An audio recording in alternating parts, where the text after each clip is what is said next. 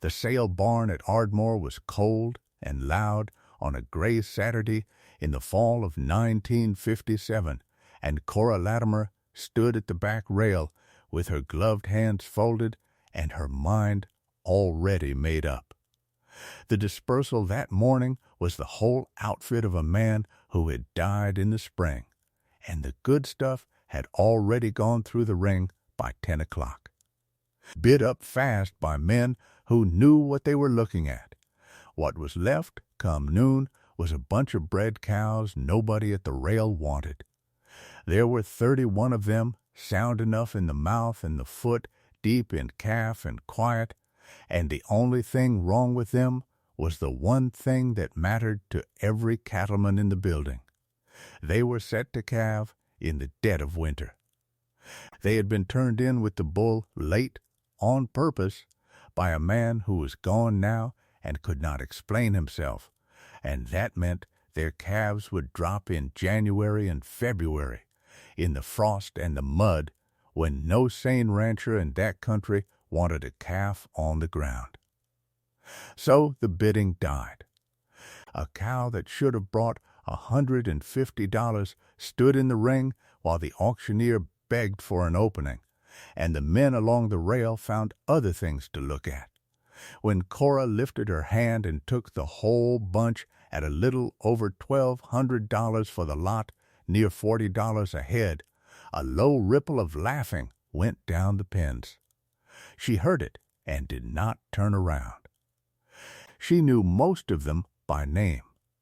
She had buried a husband 3 years back and kept his small cow outfit going by herself since.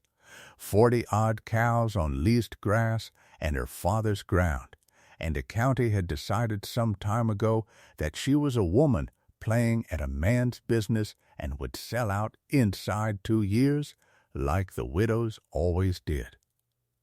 The man who had bred those cows to calve late was named in the sale bill and nowhere else, and nobody at the rail spoke well or ill of him, because a dead man's reasons go into the ground with him, and the living are left to guess. Cora did not have to guess.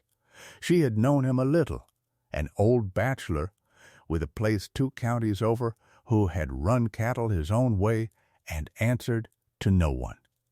And she suspected he had known exactly what he was doing when he turned that bull in late, and had simply died before the doing could prove itself. She stood at the rail and watched his cows go through the ring one small bunch at a time, and she watched good cattlemen turn their faces away from sound-bred cows for the single sin of a calving date. And something in her that had been half decided finished deciding itself. The auctioneer's voice cracked and pleaded and dropped, begging a bid, and the silence that met him was not the silence of cattle that were no good. It was the silence of a room that had all agreed on something without saying it out loud, and Cora had spent 3 years being on the wrong side of that kind of silence and had learned to hear the money in it. She let the price fall as far as it would fall, and then she took the lot. Del Corley, who ran the biggest set of cattle in 3 counties and liked to be seen being kind, came over while she was signing the check and told her, not unkindly, that she had just bought herself a herd that calved when the good Lord and every buyer in Oklahoma were asleep. The men around him grinned. Somebody said the widow had gone and bought the one bunch of cows in the state that would freeze her a calf crop right into the ground. And by the time she had her trailer back to the loading chute, the name had already stuck. The Greenhorn, the woman who calved in the snow. She loaded her cows in the raw wind and hauled 'em home, and she argued with none of it, because arguing was not the thing that was going to prove her right. The cows were. What the men at the rail did not know, and what Cora did not tell them, was that she had not bought those cows in spite of their calving date. She had bought them for it. The reason sat on a shelf in the front room of the farmhouse, a thick composition book with a marbled black and white cover, its spine cracked soft, and its pages gone the color of weak coffee. It had belonged to her father, Elias Vance, who had run cattle on that same Cross Timbers ground from before she was born until his hands gave out, and who had written down everything, not opinions. Elias Vance had no use for opinions. He wrote down what happened, the date, the weather, the animal, the outcome, all in a small square hand, 30-odd years of it, and then near the back, where a man puts the things he has finally understood, he had written the short lines that were not observations anymore, but law. One of those lines was the one Cora had read so many times the book fell open to it. Calve in the cold, her father had written, and the worm never touches them. Below it, in the same hand, a few winters later, the fly lays in the warm months, so a calf healed up before the heat is a calf the screwworm never finds. That was all. He had not underlined it or made a fuss of it. He had set it down as he set down everything else, a fact he had paid for and did not intend to pay for twice. Cora had grown up watching what those lines cost and what they saved. She could remember as a girl the summers when the screwworm was bad, the fly that hunted any raw place on a warm-blooded animal and laid its eggs in the living flesh, so that a branding cut or a barbed wire tear or the wet navel of a newborn calf would turn in 3 days into a crawling wound that ate a good animal down to nothing while it still stood on its feet. She could remember her father riding the pastures in July with a can of black smear tied to his saddle, doctoring every nick before it could turn. And she could remember that his calves, the ones dropped in the deep of winter, came through those summers whole, while other men's spring calves went down. She had been too young then to understand it as a system. She understood it now. Her father had not fought the screwworm. He had arranged by the calendar never to meet it. There was one summer she remembered better than the rest. The summer she was maybe 10. When the screwworm was so bad that the Pruitt place down the creek lost most of a good calf crop in 3 weeks, and old man Pruitt came to her father half out of his mind for want of help and want of smear. She remembered her father saddling up before light and riding over with what he had, and she remembered him coming home in the evenings gray and silent, with the smell of the doctoring still on his hands, and she remembered most of all the things she had not understood at the time, which was that their own calves out in the near pasture were fine. She had asked him once why the Pruitt's calves got the worm and theirs did not, and he had not made a speech of it, because he never made a speech of anything. He had only said that a calf born in the cold heals in the cold, and left it there for her to carry, and she had carried it 30 years without ever needing it, on a place where she bred for spring calves like everyone, because her husband had bred for spring like everyone, until the husband was gone and the outfit was hers, and a bunch of winter-bred cows came through a sale ring cheap and put the old fact back in her hands. The men who laughed at her had good cattle books of their own, most of them, and good sense besides.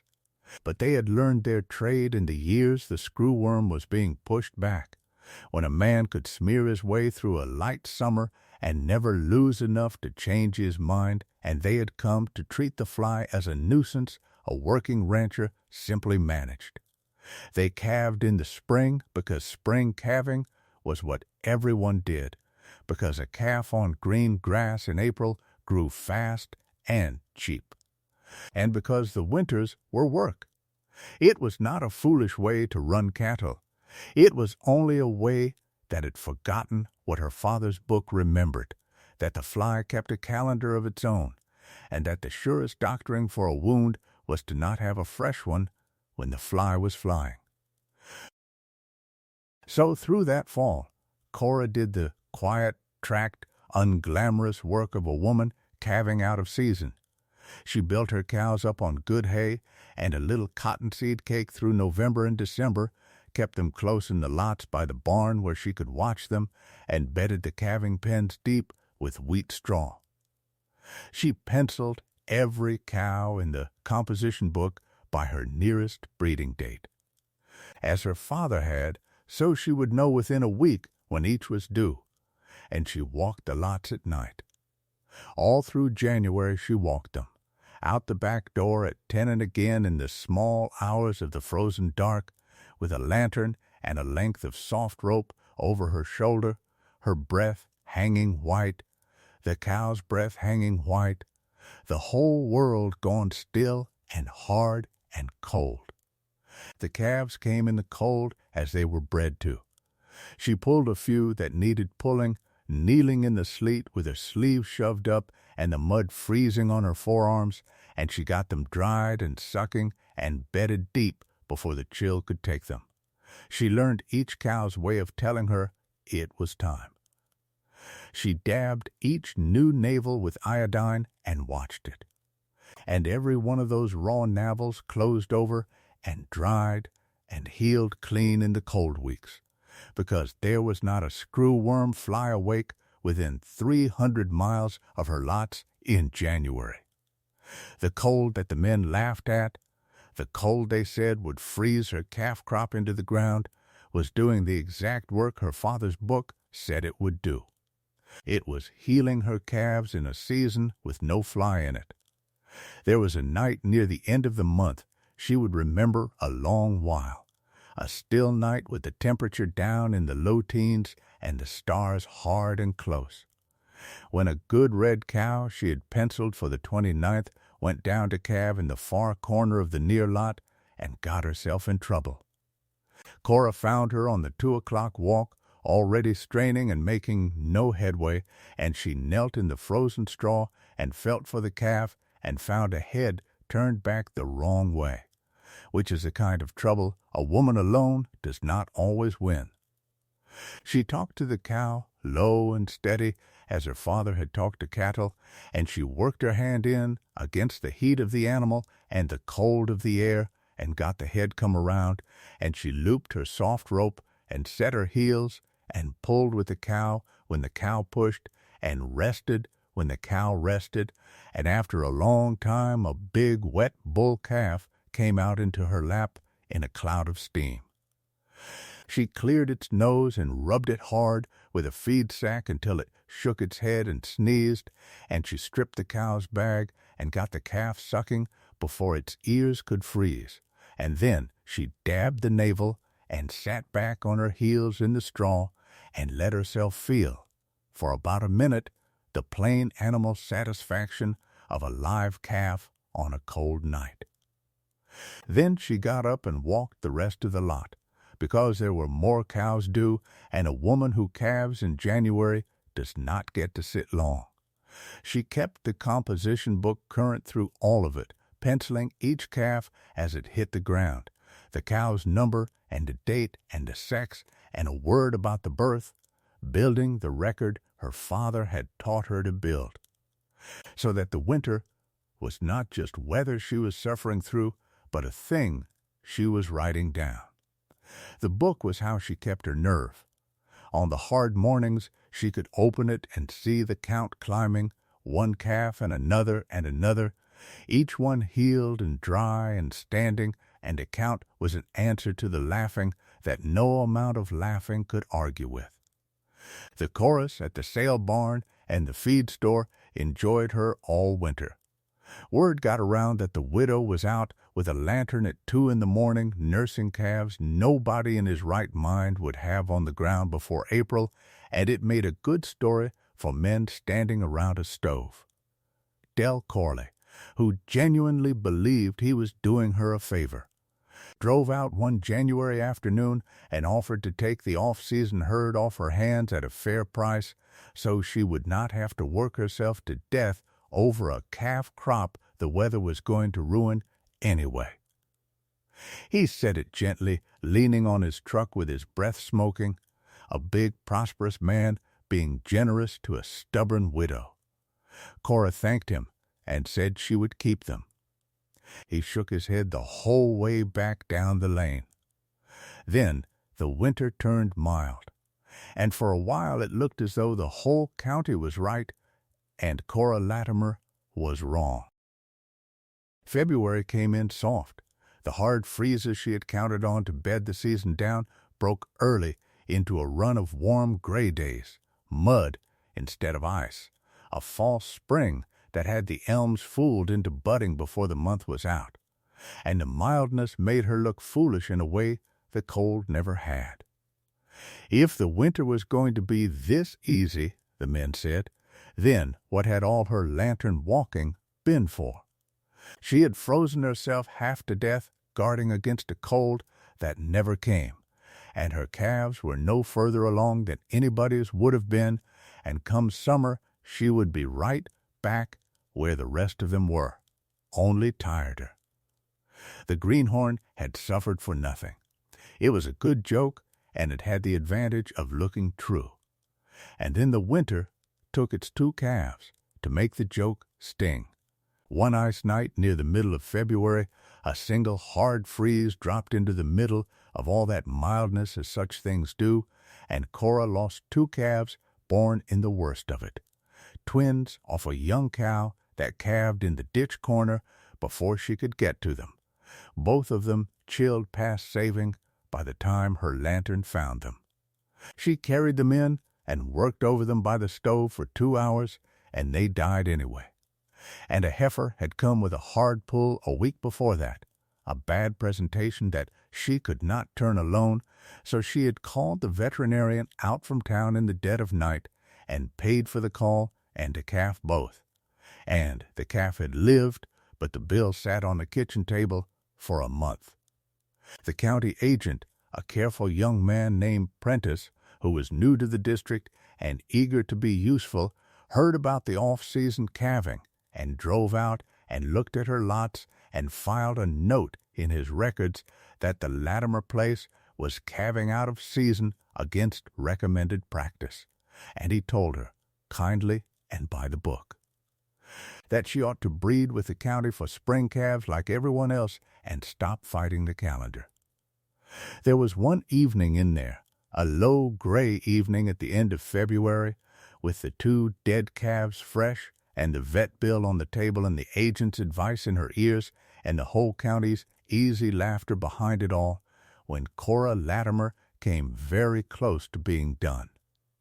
She stood at the window with a cup going cold in her hand and thought that maybe a stubborn woman was just a foolish one who had not quit yet, and that Del Corley's offer was still open, and that there was no shame a person could not talk herself into. She thought about it for a long time. Then she went to the shelf and took down her father's book and did not read the law page, which she knew by heart, but turned instead to the blank pages at the back, and she picked up the pencil and set down the date, the weather, the 2 dead twins, the hard pull, and the money, the plain facts of a hard month, as Elias Vance would have written them. And then she wrote 1 line of her own beneath his. Winter is doing its work, she wrote. Wait for the fly. And she put the book back on the shelf and went to bed, and in the morning she went out and fed her cows. The fly came in July. It came as her father's book warned it always could after a soft winter, and worse than the county had seen in years, because the very mildness that had made Cora look foolish had let the screwworm fly overwinter thick. A hard winter kills the fly back.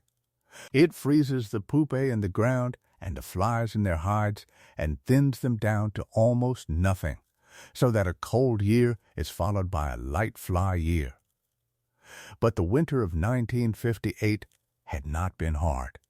It had been the softest anyone could remember, and all through that gentle season the fly had lived where a real freeze would have killed it, and bred, and built, and waited for the heat. When the heat came, the fly came with it, in numbers, hunting,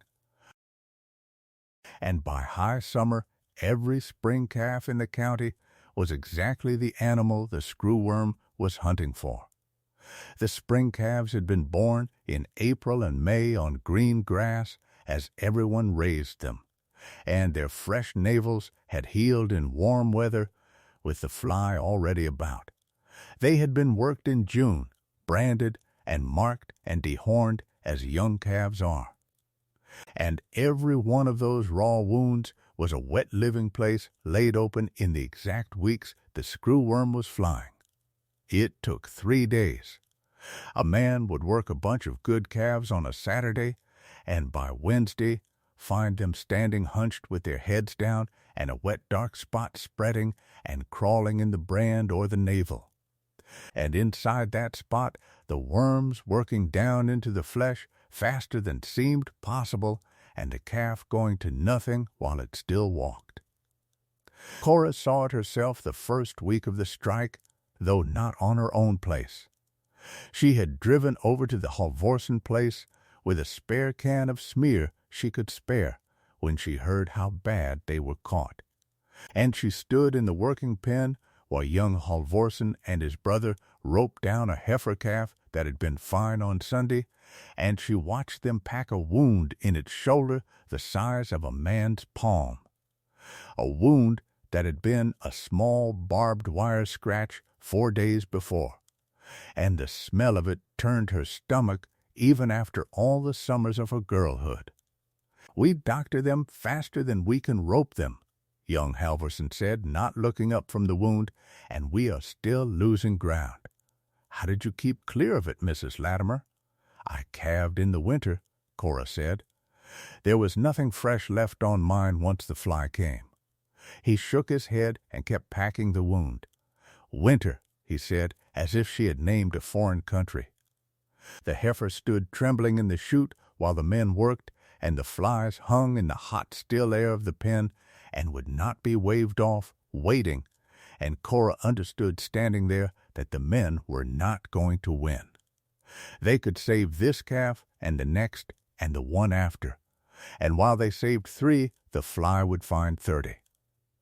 Because the fly did not tire and did not run out of smear and did not have to sleep, and every calf in the county was carrying a fresh mark somewhere on its hide in the exact weeks the screwworm was on the wing.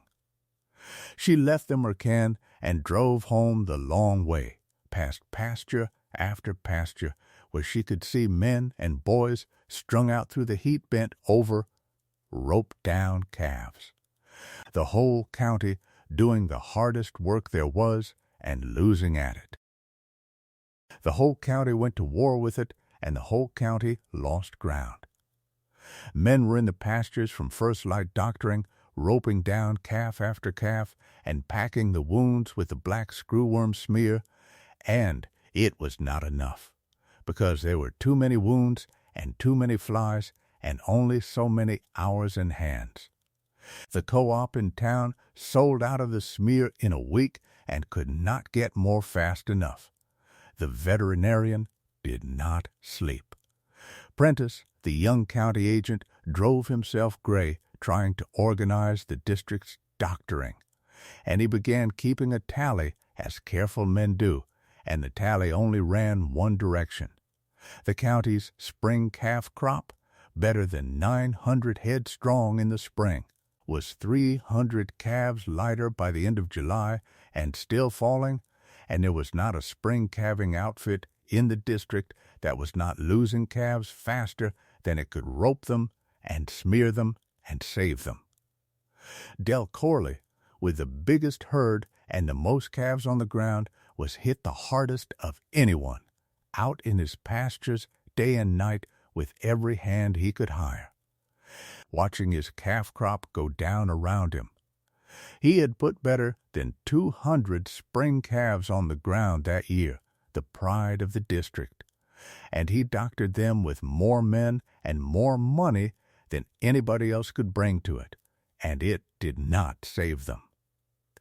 By the middle of August, Prentice's tally had him down near 60 calves lost off that 200 and still climbing. And a man does not lose 60 calves and keep on believing he had the whole thing figured. Cora heard secondhand that Del Corley had been seen standing alone at his own fence one evening at the end of the worst week, not doing anything, just looking at his pastures, like a man looking at a thing whose size has finally got hold of him. She did not take any satisfaction in the hearing.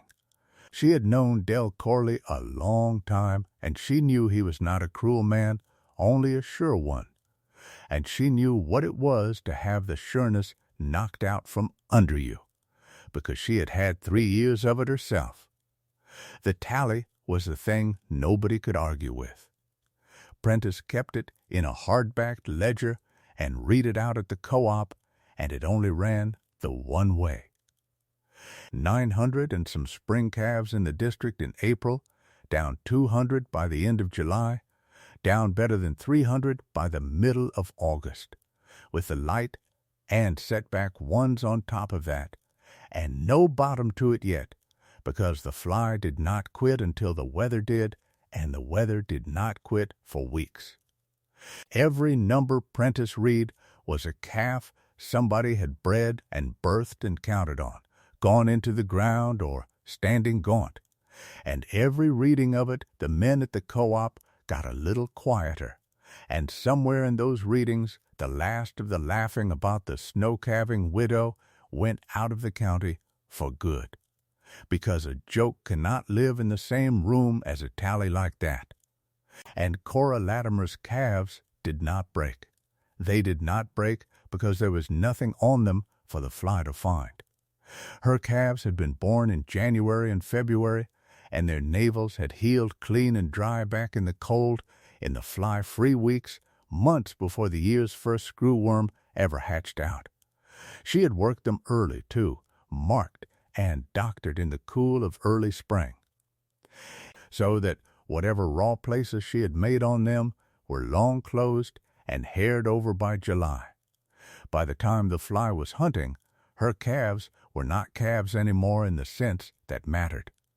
They were big weaned steers and heifers on grass, sleek and whole, without a fresh wound among them, and the fly went over them and found nothing to lay in and went on.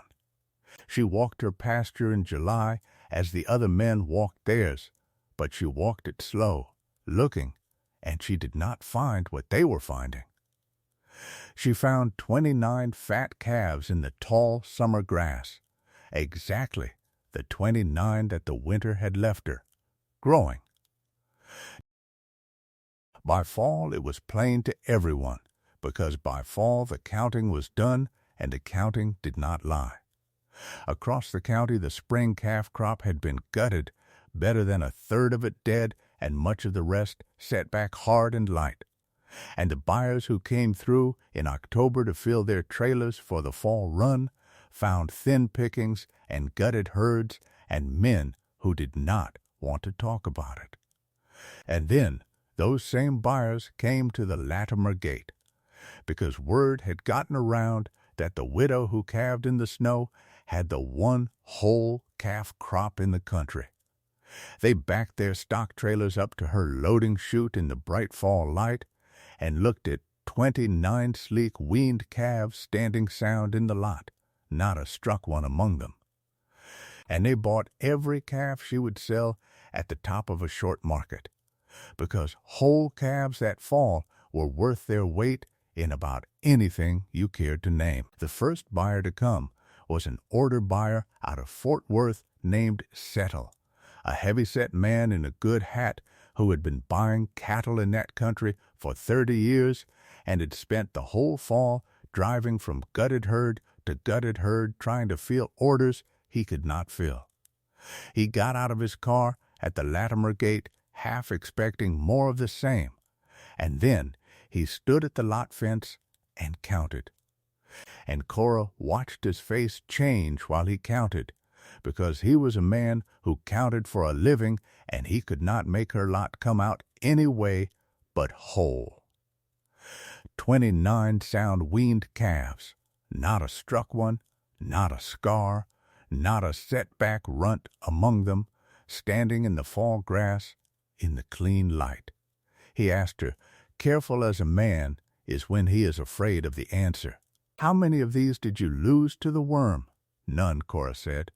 He looked at her as a man looks when he thinks he is misheard. None, none. There was nothing on them for the fly to find. They calved in January and healed up clean in the cold, months before the first screwworm of the year ever hatched. And you never smeared a one of them. Not for the worm.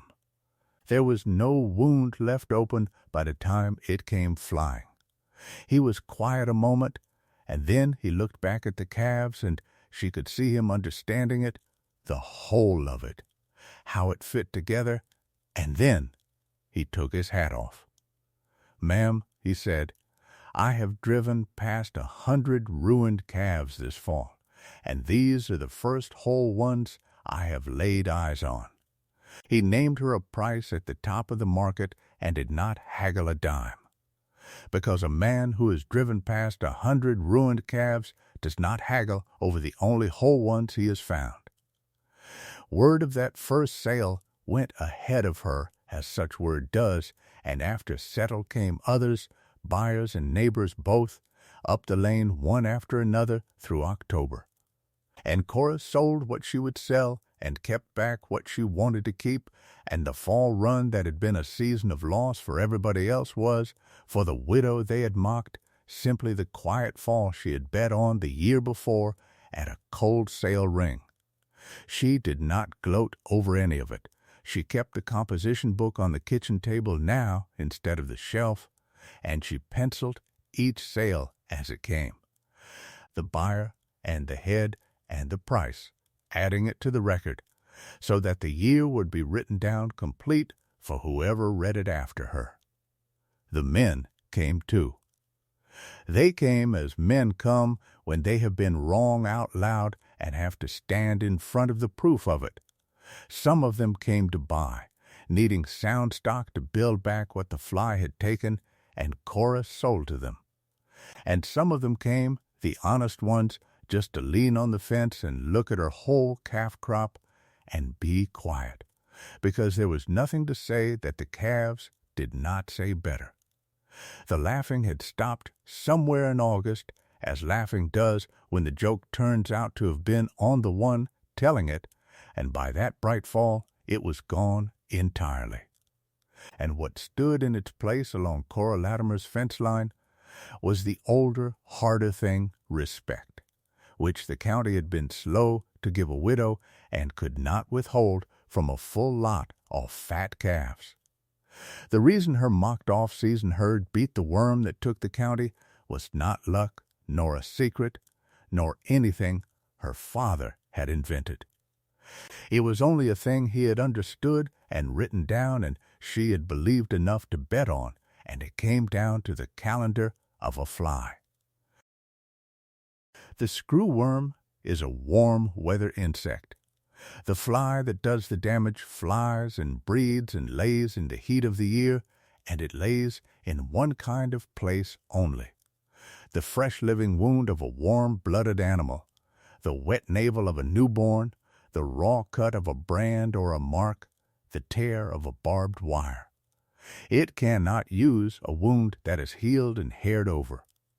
It needs the wound open, and it needs the weather warm, and in that country the two things came together in the same months, late spring into summer, which was exactly when the county's spring calves were being born and worked. Spring calving put a fresh wound on the ground in the same weeks the fly was hunting for one. It was not that the spring men were careless. It was that the whole way they timed their year walked their calves straight into the fly's season with the wounds still open. Winter calving did the opposite and did it without a fight. A calf born in January has its raw navel in a month with no fly in the air, and it heals in the cold and is dry and closed long before the first screwworm of the year hatches. Work that calf early in the cool, and its cuts heal in the fly-free weeks too. By the time the strike season comes in July, the winter calf has no fresh wound anywhere on it and is halfway to weaned besides, and the fly can hunt it all it likes and find nothing to lay in. There was no smear to buy and no wound to pack and no 2 o'clock ride, because the doctoring had been done by the season itself months before for free. Her father had not found a better cure for the screwworm.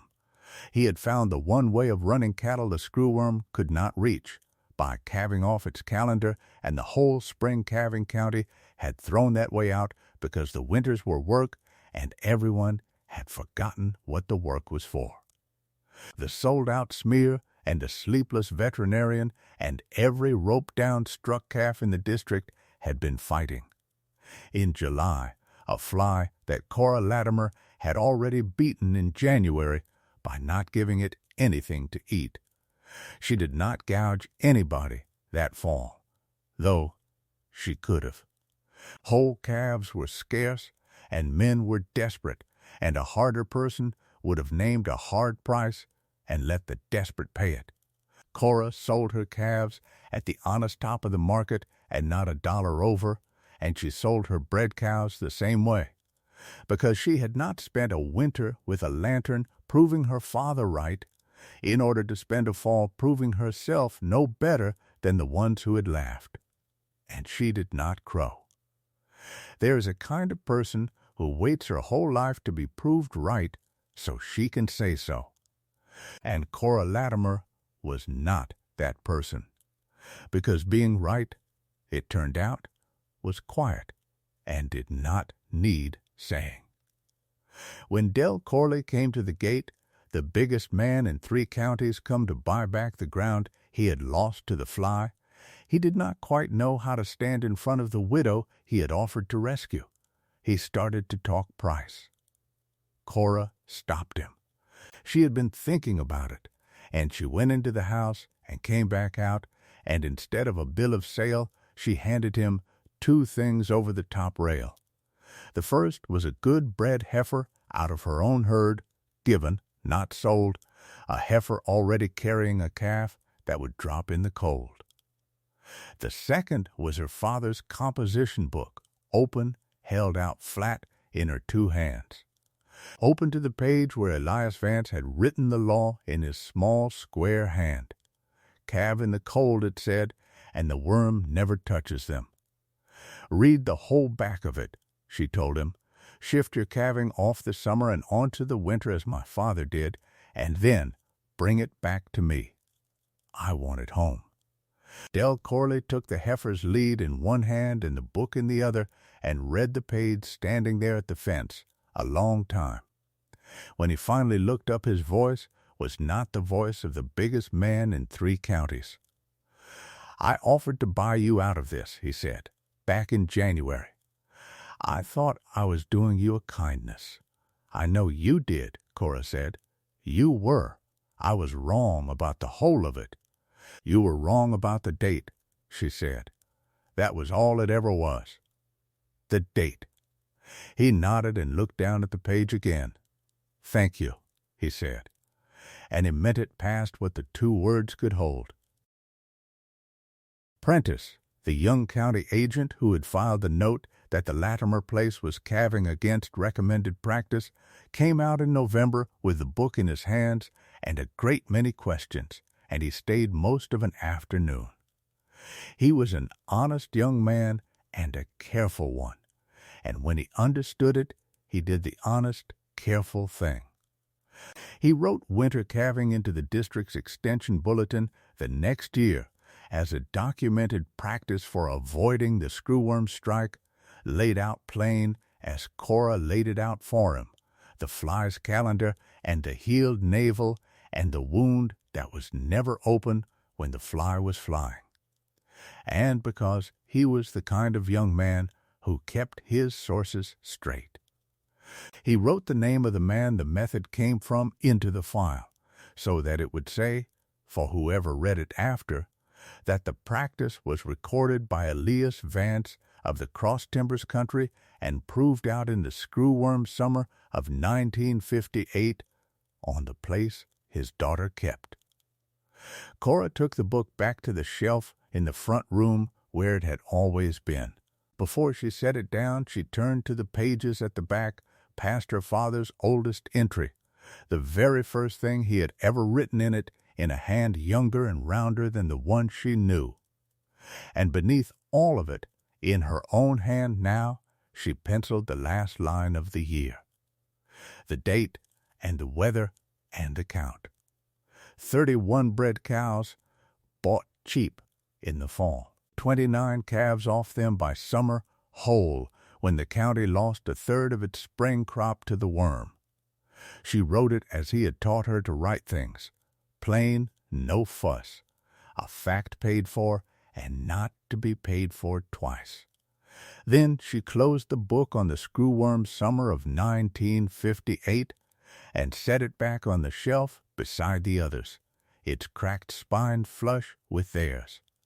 The knowledge kept where it had always been kept, written down and waiting for whoever came next and was willing to bring a calf into the January dark and let the season do the doctoring.